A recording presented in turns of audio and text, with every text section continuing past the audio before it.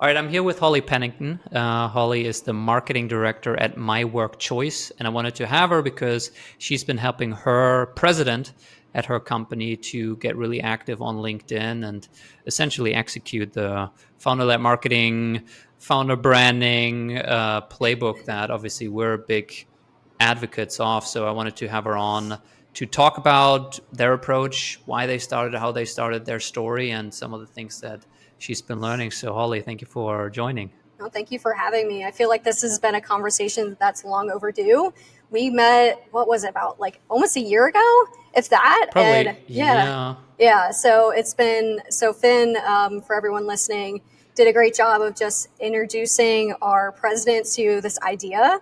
I know, like, for a lot of marketers, the first step is convincing them to actually invest in doing this. So, Finn, you were absolutely instrumental into convincing him that, hey, this is worth the investment. So I'm so excited to just connect with you on how things have been going. Love it.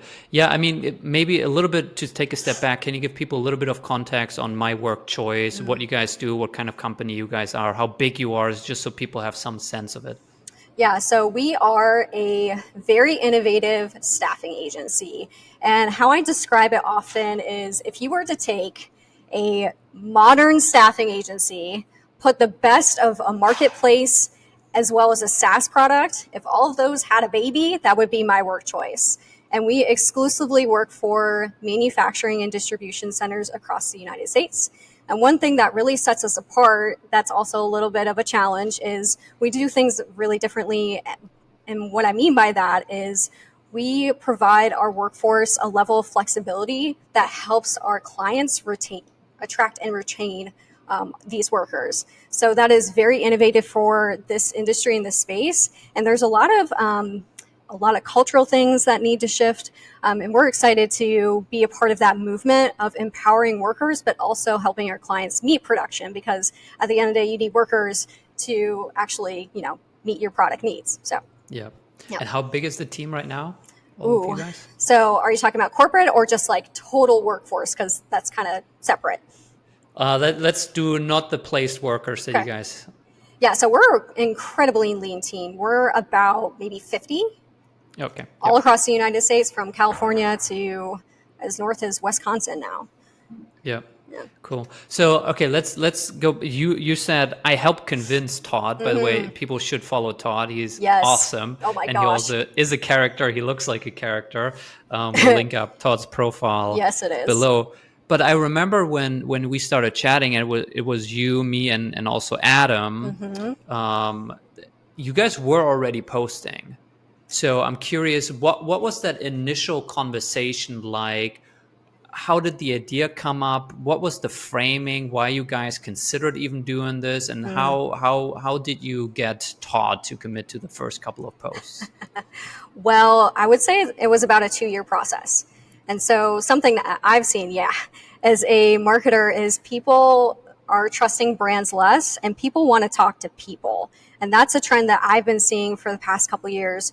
So at first, for Todd, he was just kind of dabbling here and there, a lot like how some presidents do it, where they're doing, fluffy, not to say they don't have their place, but fluffy like worker kudos and stuff like that, or when we launch with a new client. But there wasn't really much strategy behind it. And since I've been seeing this come, 2 years in the making, I was like, hey, how can I get him to be on board with being more consistent, but also talking more about what's happening in the industry? Because what's great about Todd is he has such a history and knowledge of this space for probably 30, 40 years. I mean, he has quite the knowledge. So that's something that like I saw as an opportunity of being like, you know what, you can tell our brand story almost better than I can as the director of marketing. And that sounds really crazy. But I feel like some of the concepts that he was talking about needed to be said more from a personal view versus a brand view. That makes sense. Can you expand on that a little bit? Because also Todd is the president, right? You actually have a CEO separately. I think for most people, they naturally jump to doing this for their CEO. What was the reason that Todd seemed to be the choice?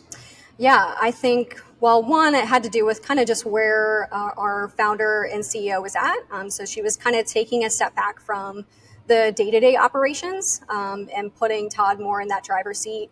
Also, I think Todd has a certain personality that really is disruptive. And when we were trying to think about, MyWorkChoice is a very disruptive company in a good way. And we felt like his image. So if you go check out his LinkedIn, this guy is tatted up. He has a Santa Claus beard. He has no hair up top. Very like casual, very direct. He's going to tell you exactly how it is kind of personality. And we felt like, hey, we want to capitalize on his natural ability and look.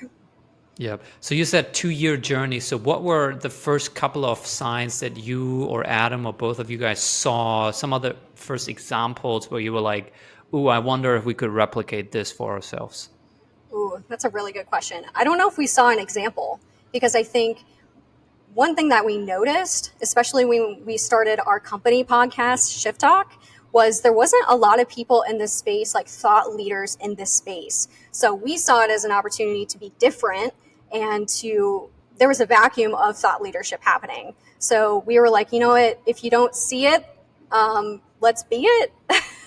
Kind of approach. So there wasn't really an example that we looked to and be like, yeah, that's it.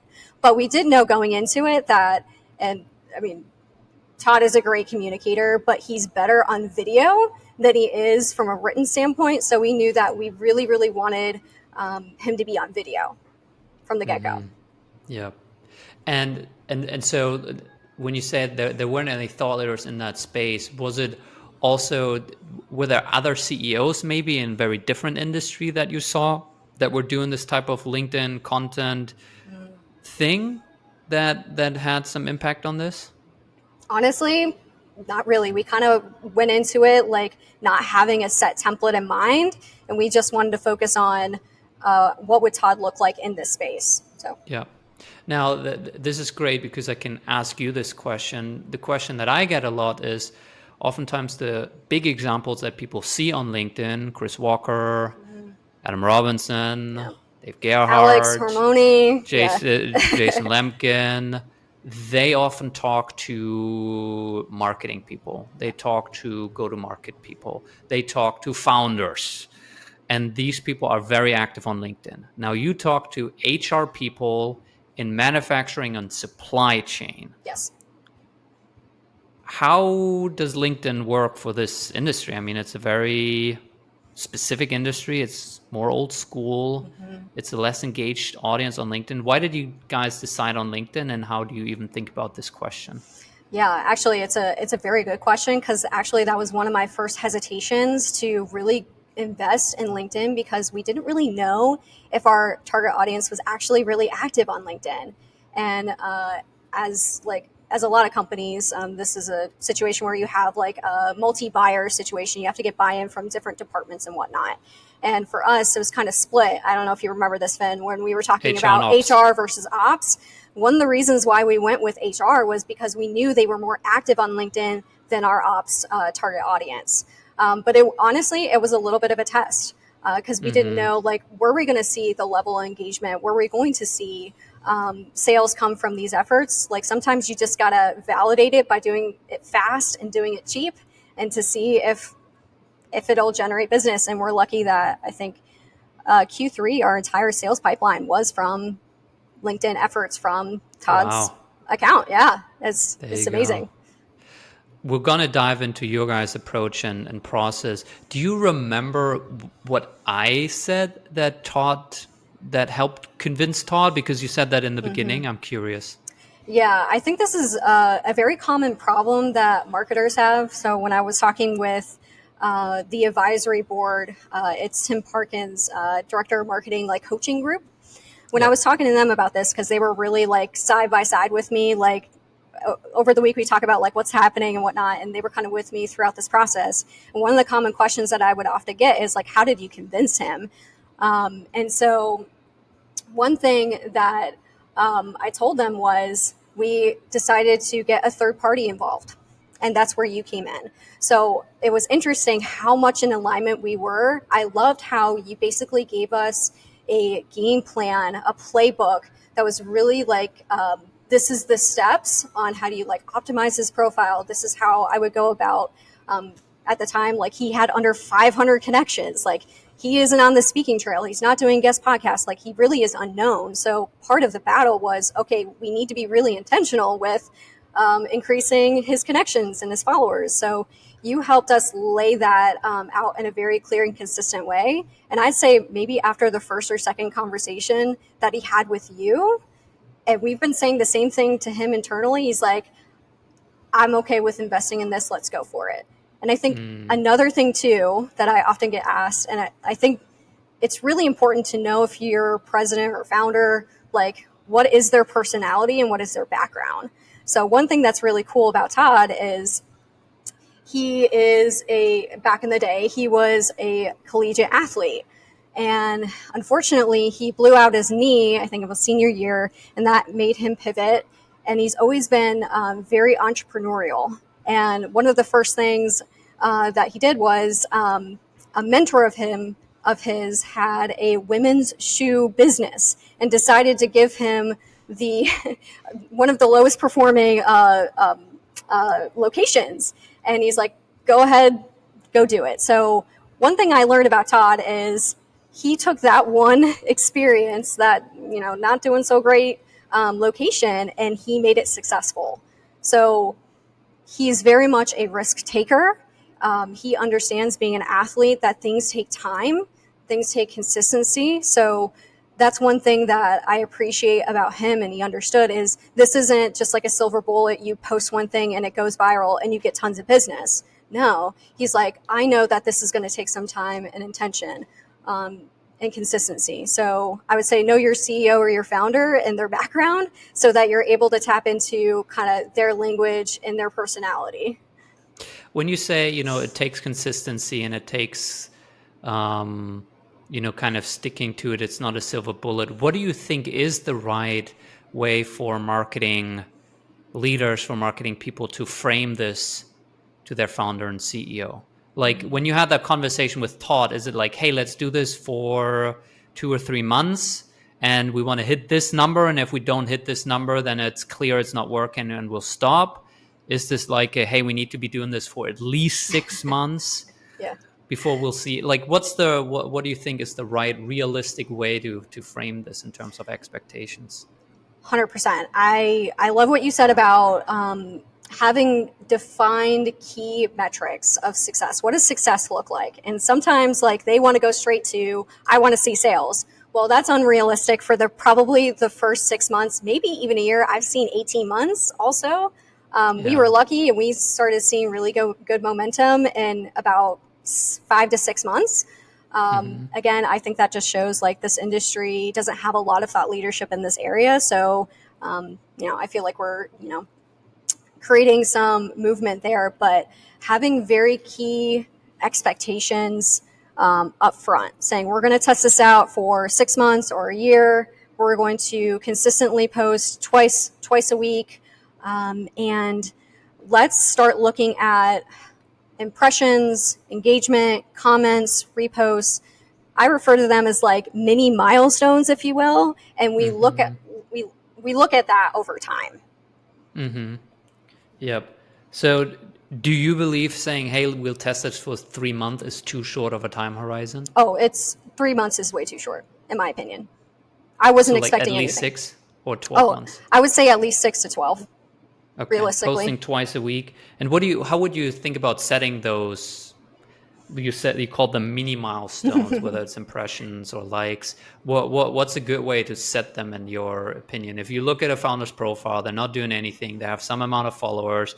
Maybe they post a random company announcement every now and then. Mm-hmm. How did you guys set your mini milestones? I wish we did it better in the beginning because we didn't quite...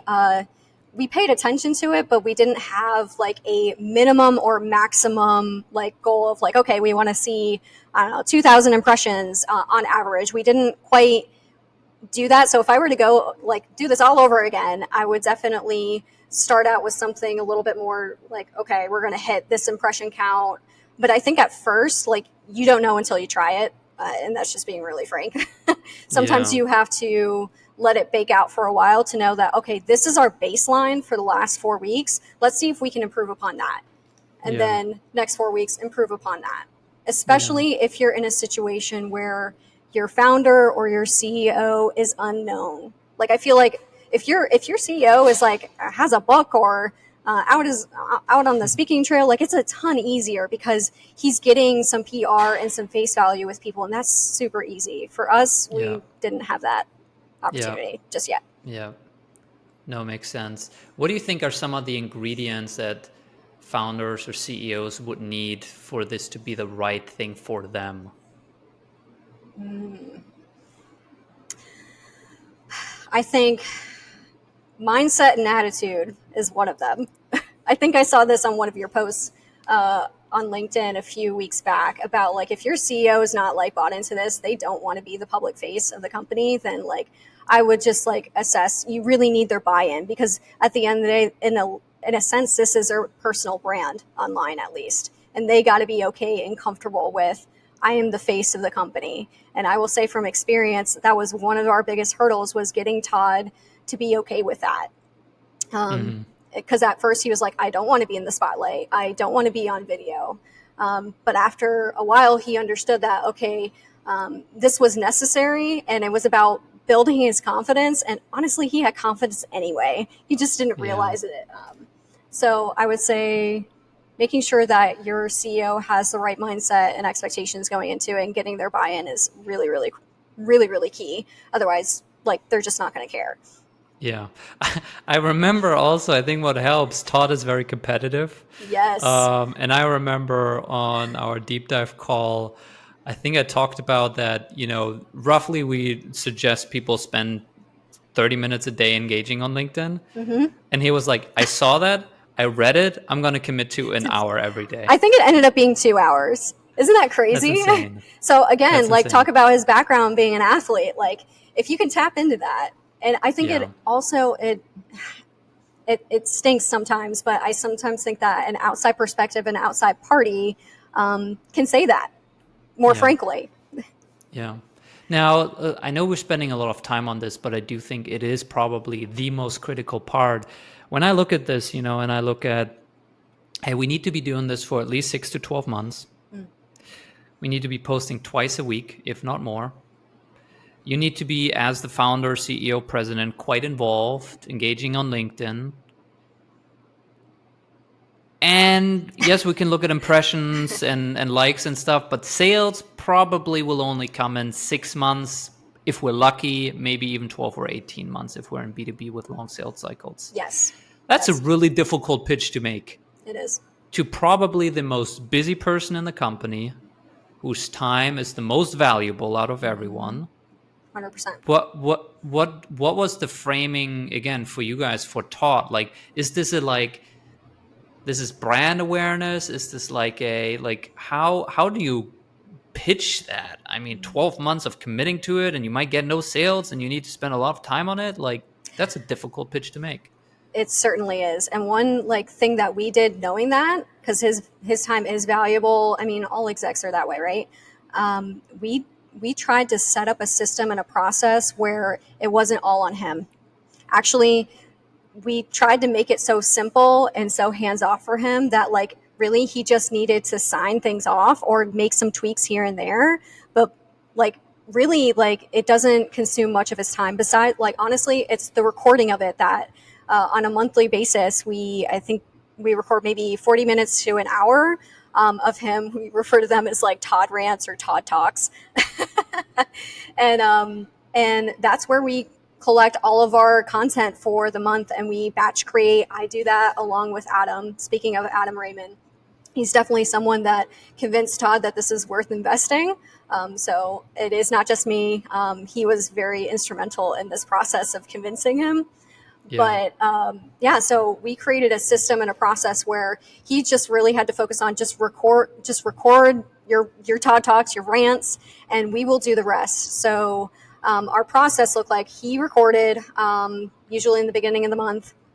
I download all the content into Descript, and All create. right, let's take a step back a little Okay. bit. We'll dive into the whole process. Sure. All right, so we got the president convinced. Yes. He's committed. He understands that this is a long-term game that will take time. Mm-hmm. Now our job as marketers is to make It it is as simple. easy and simple for them as possible. 100%. So what you guys did is you set up one monthly call with him. So we're lucky enough to actually, his office is like a couple offices down from mine. So we're actually physically in the same space. So we definitely have more access to him than other, virtual teams. Yep. But So, it's a meeting once a month. You meet in person for 1 hour. Is this correct? Yep, for an hour. Okay. And then you recorded with a phone or? yes, so I'll definitely have to show you like this is a behind the scenes of what our shoot looks like. Yep. And it's basically my iPhone on a little mini tripod with just an external mic that's wired up to my phone. And that's it. Love It's it. such a simple just process. Love and it. setup. And I'm assuming you and Adam prepare questions for Todd. Like how do you approach the conversation? So if you have it coming up once a month for 1 hour, you have him there, you have him mic'd up, you have your iPhone rolling. What do you talk about? So typically what I do, he often throughout the month will talk about like an article he saw or a conversation that he had. And I actually use our ticketing system, ClickUp, to document all of those topics in addition to collaborating with Adam on, okay, from what you're seeing, because he has a lot more interaction than I do on a day-to-day basis, especially from a sales perspective and operations perspective. So we kind of come together and say, hey, this is what I think the focus should be. So for example, we just recorded last Monday actually. And we're like, okay, we know that elections just happened. We are focused on what is 2025 going to look like. So a lot of our focus was on creating content that related to how can you prepare for next year. Mm-hmm. So do you always have a larger theme for each session, for each 1 hour session, and then subtopics for those? It really depends on like where the business and what he really wants to talk about, but typically there's like 2 or 3 like major themes. And what's interesting that happens when we record is, and this just speaks to just Todd's able to I often tease him sometimes, like, you could talk to a brick wall and it would be fascinating. You would still be engaging. You just got it. You got the it factor. He's able to talk about a topic or rant, as he says, about a topic. And there will be many like a minute to 2 minute like stories within the major like rant. So we really capitalize on a lot of different like stories within the big story of a certain topic. Yeah. And so let's say we have an hour. How many, you mentioned you collect things like articles or things that he mentions throughout the month that you can kind of note down. And then Adam, who has conversations with customers, and I think he's running a podcast. So he has lots of kind of a pulse on kind of what's happening. So you take note of that. Correct. Like how many of those might you go into a monthly thing? Like do you have 3 or do you have 15? Oh, definitely not 15. I'd say the most I've seen is about 5. Mm-hmm. And then like we're getting really tactical here. Like We tell are. me how you prompt him. Like would you say, hey Todd, a couple weeks ago you brought up this article that you read. Can you talk to me about what you found interesting? Or how might this go on an actual when you guys sit down? Yeah, so definitely Adam takes the lead on this part of it because he definitely knows his lingo, and also he's often there for the conversations. So often he kind of like what you're saying, hey, remember when you saw this Amazon LinkedIn ad and how they were advertising $20 an hour and they thought that was so good. And then in the comments, people were just, trashing Amazon. Nothing bad about Amazon, by the way. So he often reminds him where he was in the moment to kind of get it out of him. Yeah. Okay. And then, okay, so he prompts something that happens, I guess, Yes.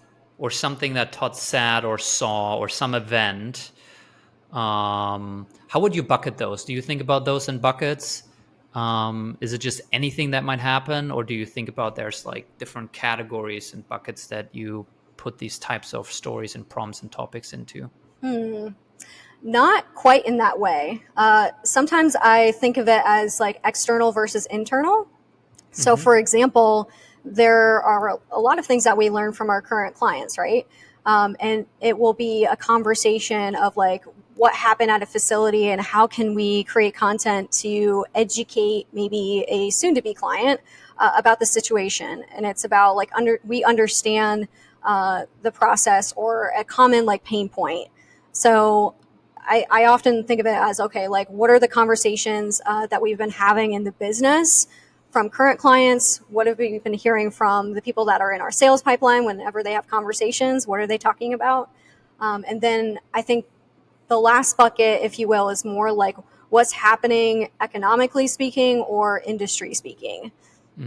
Those are the big ones, loosely. And so when you say you usually go into this monthly call with like 5 prepared topics or prompts, does that mean you come out of it with 5 LinkedIn posts or 5 videos? Or how do you then, now you've recorded Todd for an hour, how does that turn into actual posts? Yeah, so kind of what I was saying earlier about he'll talk about a big topic, but often you can get kind of like mini stories from that big topic. So we'll walk away with sometimes 10 to 12 different LinkedIn posts from that one recording. Okay, so tell me about your post-production process. So you got that iPhone video. Oh, yeah. What happens next? So to put it bluntly, we use Descript and we throw all of the video content into there. And then typically what I do, and it's referred to as batch creating. So I take a week to basically get all of the content, including the copy for the LinkedIn posts, done in a week and send over to them to review. So what that looks like, though, just backing up a second, is throw it into Descript. I look for those kind of like mini stories that are happening within the big recording into like new videos themselves. I love Descript, by the way. This is not a paid, not a paid advertisement. It's awesome. It is awesome. And then what I do is I use ChatGPT to create the LinkedIn copy for me. So I just often I will take the transcript and I will prompt it saying, hey, we're creating a LinkedIn post for my president, Todd Warner, blah, blah, blah. Put up the transcript in there, and then that helps me, kind of guides me to create the copy itself. And that's where a lot of the majority of my time is creating that copy. And that was the hardest part in the beginning, was getting his voice down. How did you manage? What was the process like? I mean, I think at first it was a little trial and error, like most things, right? I think it's pretty cool that like you have like what he actually literally says recorded and documented. So like I know how Todd like acts and like what he says, like the literal words he uses. So I think once I started seeing some like repetitive things, I'm like, okay, this is how Todd would say it. That really helped. Okay. Yeah. And so, you throw it into Descript. I think the great thing about Descript too is you don't need to be a video editor because it creates that transcript automatically, and then you edit the video by just highlighting the transcript. Correct. Right? And it creates these clips for you, and they have lots of little templates depending if you want vertical or horizontal or square video. Okay, so you throw it in there. You find those mini stories. You get maybe 8 to 12. Once you have those 8 to 12 videos, which might each be 1 to 3 minutes long, something like that. Yep, exactly. Yep. And then you throw the transcript of each of these clips into ChatGPT with a prompt. Hey, I'm writing a LinkedIn post for my president at a staffing company, etc. And then from there, it gives you a starting point, and then you kind of rework that copy. And then once you have those 10 to 12 fully done, they go back to Todd in one big batch. Correct. And then he reviews, or does Adam review? Both of them technically review. So in the beginning, I think Adam was more familiar with how Todd said things. So he was more involved in the beginning. But now, about, 9 months later, they're barely making any edits now, which is great. It just took some time to, get into the rhythm and understand, his voice. But so now it's send it all at once to review, and then bada bing, bada boom, we got a month's worth of content ready to go, and they don't have to worry about it until, like, obviously, like, I give them a heads up when we post it. But as far as like getting the content, they don't have to worry about a thing. Love it. And then you schedule it. I actually don't schedule it, and I'm really curious to see what you are seeing other people do, because I've heard by scheduling content, it actually hurts your impressions and reach. Are you seeing that too, or is this just, fake news? I think my current theory is, one, you need to be careful with what scheduling tool you use, because some of them are not legal by LinkedIn standards, so you run that risk. You can schedule natively through LinkedIn, right? LinkedIn itself has a scheduling thing. Yes. I think it's more correlation than causation, which is that when you schedule content, generally you might not remember that you scheduled for something for tomorrow 12 p.m. and then it goes out at 12 p.m. and then it takes you until 3 p.m. to realize, oh shit, there's something live. We should probably engage. That's a really good point. Comments. Yeah. Well, if you do it physically, manually, like you for sure remember, you send out that Slack, you notify people, you reply to those early comments, and that definitely has an impact on reach. Okay. So I think it's more of a correlation than cause. I know some really successful people who schedule. So it's definitely not inherently, I think, that it hurts reach. No, that's good to know, because that's something that I've been curious about. Because we do it manually. So actually, just the process that you just described. But it's you doing it, not Todd, right? So you're in Todd's account. Yep. I am in Todd's account. Yes. Yep. So he is not posting anything at all. If anything, like, sometimes I'll give him and Adam a heads up saying, "Hey, there's a couple comments in there that I think there's a great opportunity to jump in there and comment back." And that's his involvement is sometimes commenting back on certain posts. Yep. And you'll just send a Slack message saying, "Hey, Todd, I just posted for you." Just a chat, a Teams chat, but yeah. Yeah, Team chat. Yep. Now, when you say 10 to 12 per recording, if you do it monthly, if I do the math correctly, you end up with 2 to 3 weekly posts. Yeah. So in the beginning, we were shooting for 2 posts a week, and then about probably a couple months ago, we decided, hey, we want to up the frequency to 3. And what we decided to do was repurpose the content that did really well and just change the hook. So we were able to get more juice out of historical posts that did well. So we were able to increase our frequency without really too much time difference. So that's something that we've been doing lately. Now, why not do a bi-weekly call and just have 4 or 5 posts every week? Well, I think part of it is, like, does he have the time to actually commit to a weekly call? And also that puts me in a position where I am editing his content on a weekly basis. And that does take up a chunk of my time. And that's why I'm a big fan of just doing it all at once, because it's a lot more time efficient at the end of the day. Yep. Now, when did you start posting? Do you remember with Todd? What was the first kind of post that came out of this approach, this process? Yeah, I think it was back in February was our first one. Okay, so you're now 9 months in, let's say. Yep. Do you know how much followers he gained? What are how many total impressions? Can you throw out some numbers that you were able to get? Yeah, absolutely. So in the beginning, he had under 500 connections. So again, he's like really just, I think I had that many connections, to be honest. Yep. And I'm a lot, early in my career, right? So right now we've hit over, I think, 2,500. So we did a lot in the beginning was emphasizing how do we get more connections that are like legitimate target audience, could be possible business for us. So right around 2,500. And as far as like impressions, reach, reposts, so in the beginning it was definitely low. Probably in the thousands, 2000s. But when we started to see some really great traction in July, I think we hit over 200,000. impressions out of nowhere. I On think one post or in on total? one post. Wow. And that's Yeah. where things got they got heated, which was good. Yeah. And I think from that first viral post, I think Yeah. we saw over 300 engagements. The comments were in the 50s. Reposts were near that number too. So it was Yeah. that topic really resonated.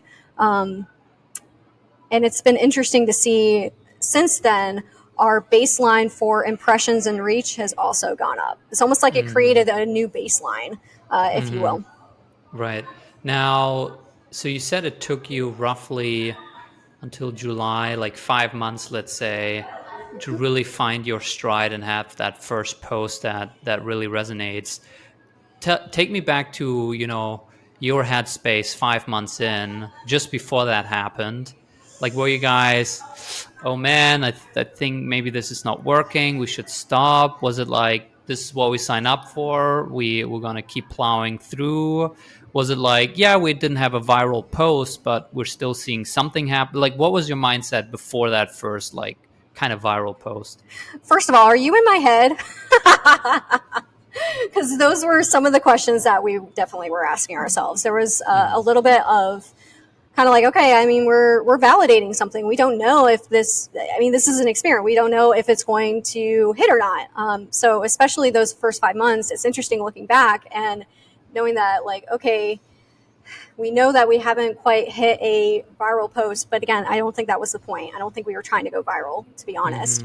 But there was some hesitations, but I think what kept us going, I think it really is the question behind your question. What kept us going was back to the beginning of setting expectations, knowing that this was going to take some time to see results. So I think that was kind of the reminder to ourselves saying, hey, we know this is going to take a while to validate, and let's just keep doing the right things.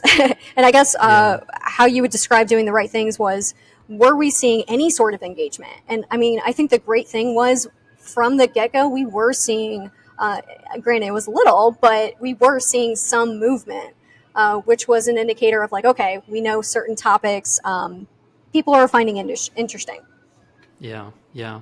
Now, do you feel like that first post that got whatever it was, 200,000 impressions, was that necessary to make this idea, this thing that you guys, this initiative, this program a success? Because lots of people are chasing virality.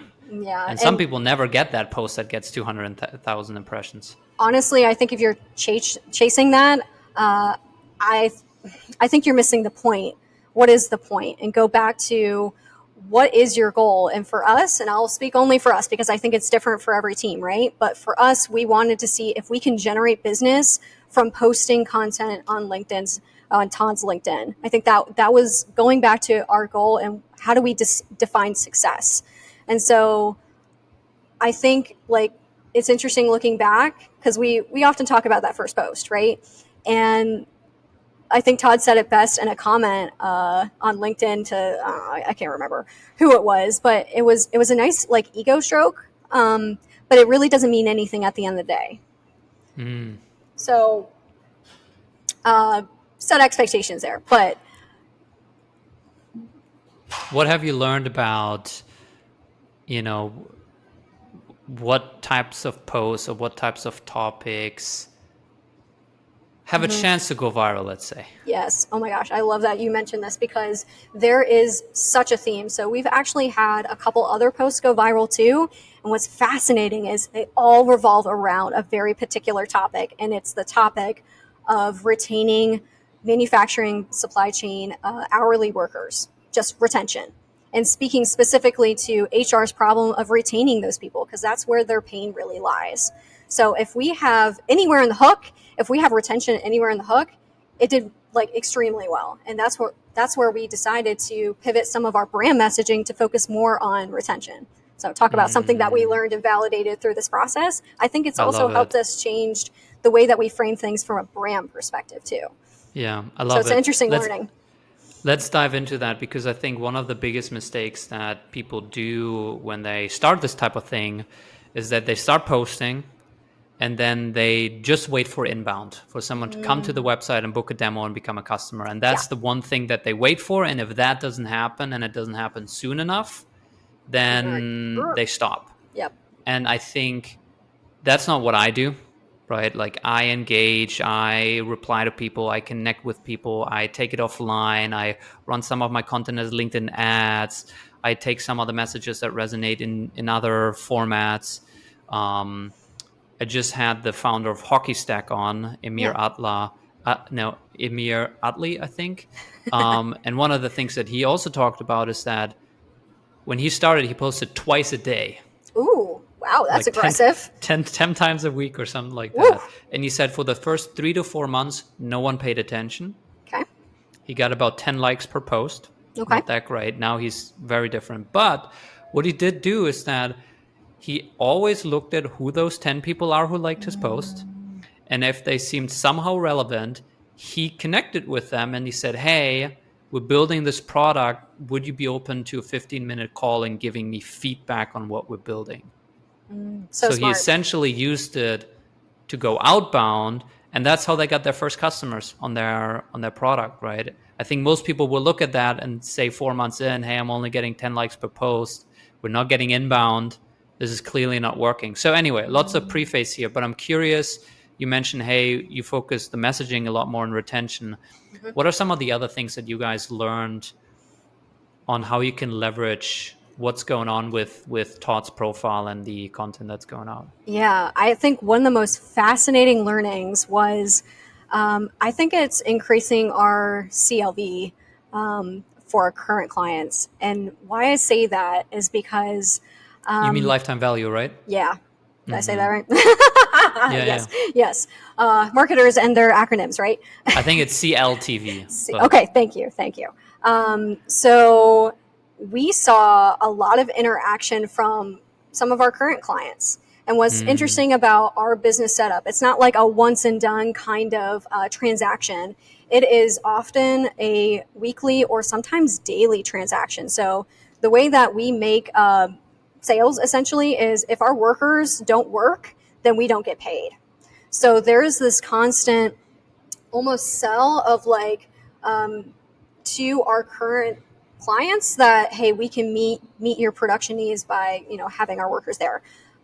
So what we saw that was very fascinating was current clients interacting with Todd's content and so bought into the process, and them reposting to their connections and their followers about this new way of hiring and retaining hourly workers. So that's been kind of I'm curious to see, like, as it bakes out more, like if we'll see that trend continue. But I think that it's going to help us retain some of our current clients better by having, by posting regularly on his account. Yeah.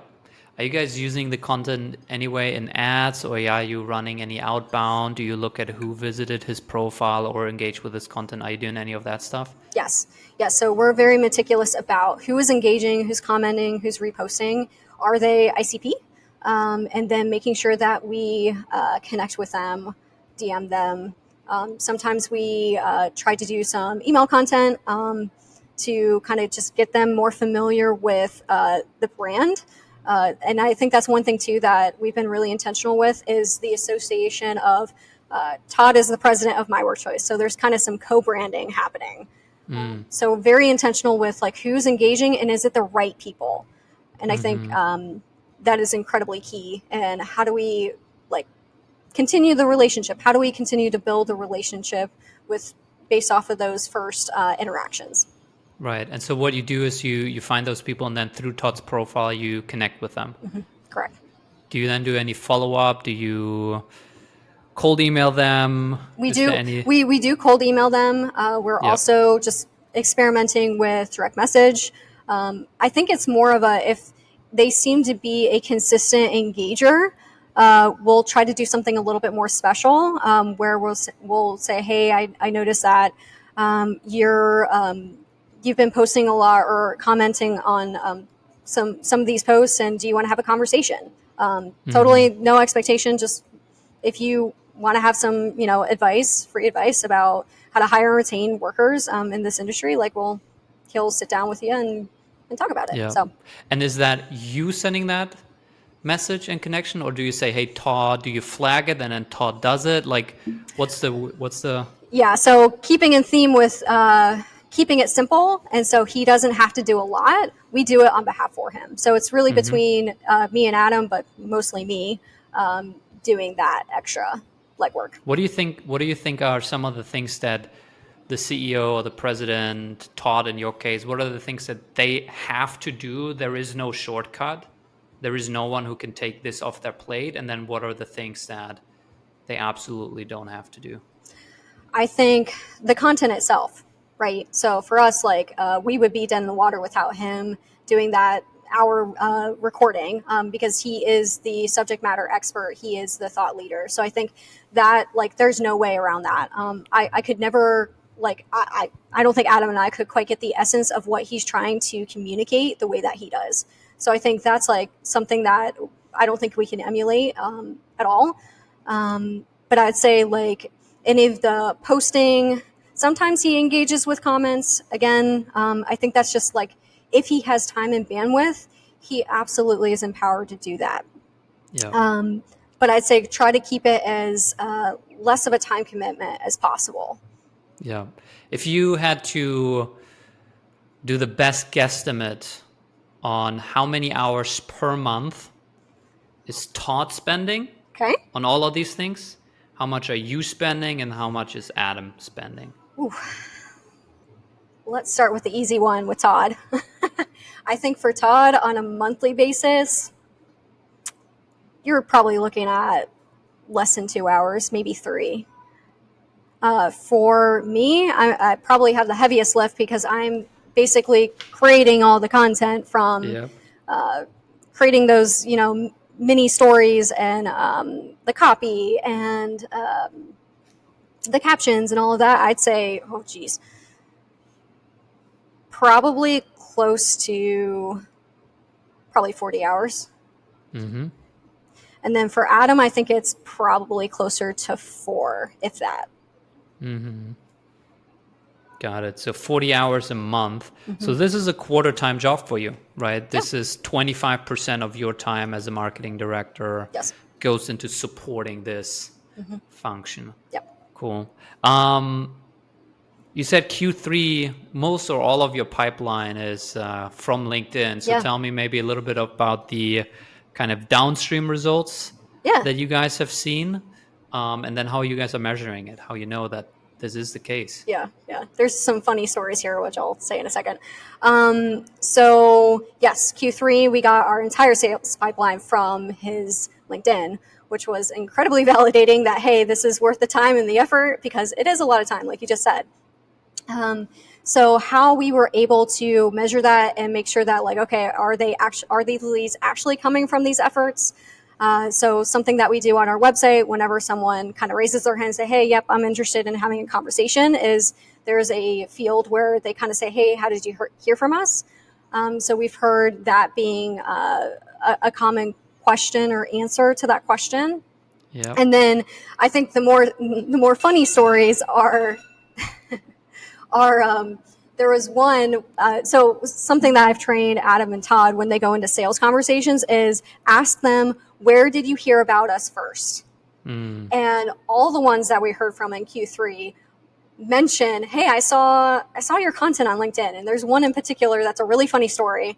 And it was a guy that it was a Saturday. His wife went to a wedding and he decided not to go for some reason. And so he's like, I'm bored. I'm going to get onto LinkedIn and just scroll. And he kept scrolling and saw Todd's content over and over and over and over again. In the span of an hour or two, he's gone through all of his content and was like, I really resonate with this guy. Now I'm a little there are things that he's talking about that I'm like, made me pause and be like, okay, that hurts my feelings a little bit, but I see where you're coming from. So in the sales conversation, he mentions all of this and was like, you know what, even though it was maybe an hour or two from when he first heard about us to actually looking us up online, Google searching us, and actually filling out the form to have a conversation the next week. That is the fastest time I've ever seen. And it was just funny to kind of zoom back and be like, wow, that is our fastest. It's also actually our fastest close time. So they actually signed a contract within 4 weeks of that happening. So talk about like brand, I think they refer to it as like brand width, where basically to create trust, typically you need to do that over a span of time, right? Sometimes it takes months, especially for B2B. Well, it took him less than 2 hours to be like, I'm comfortable enough, I trust you enough that you understand my problem based off of seeing all this content from his LinkedIn that I want to have a conversation with you to see if you can solve my hiring and retention problem. Yeah. And here we are. Actually, I think we started partnering with the client this week, actually, and we're actually moving forward this week, which is awesome. So exciting. Yeah, I think people don't realize that the type of inbound or requests that you get that come from content that a person at your company puts out, especially if it's the founder or CEO, yes, has a very different level of trust and affinity to your company and brand than someone who books a meeting because they saw some ad or because they got a cold call or cold email that somehow that hurt something. my marketing heart. I will say it's definitely let me let go of it's all brand effort at the end of the day. But I do feel like, kind of going back to the beginning of our conversation about people want to talk to people, not brands. I think we will continue to see that as a trend in 2025, and more people lean into founder-led marketing than before. And my theory also is, I think we're going to see more people jump on that. So it's not going to just be founders or CEOs or presidents. I think it's going to be senior leaders or people like myself, directors, that are also telling the brand story through their particular position. And I think that's also going to build some brand trust. That's really going to be interesting to watch. Last question. Yeah. What's the number one thing you wish you had known 9 months ago when you guys got rolling on this whole initiative that you know now?